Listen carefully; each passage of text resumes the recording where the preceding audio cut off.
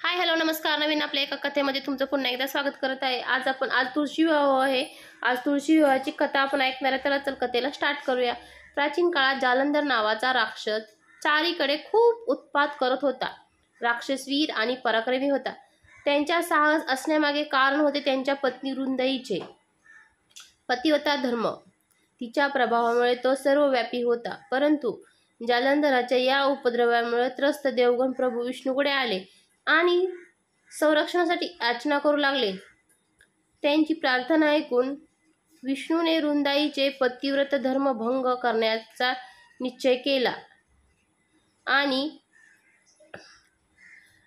इकडे रुंदाचे सतीत्व नष्ट झाल्यामुळे देवांशी युद्ध करत असताना जालंधराचा मृत्यू झाला।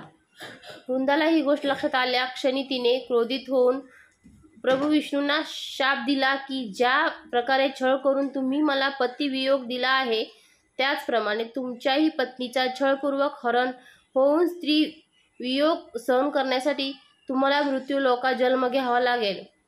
असे म्हणत रुंदा पतीसोबत सती गेली। ज्या जागी ती सती गेली त्या जागी तुळशीचे झाड उत्पन्न झाले।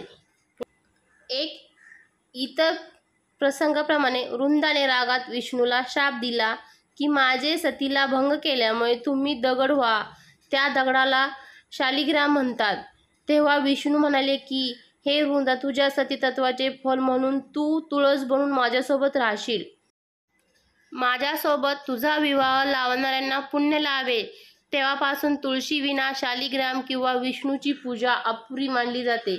शालिग्राम आणि तुळशीचा विवाह प्रभू विष्णू आणि महालक्ष्मीच्या विवाहाचे प्रतितत्व विवाह मानले जाते।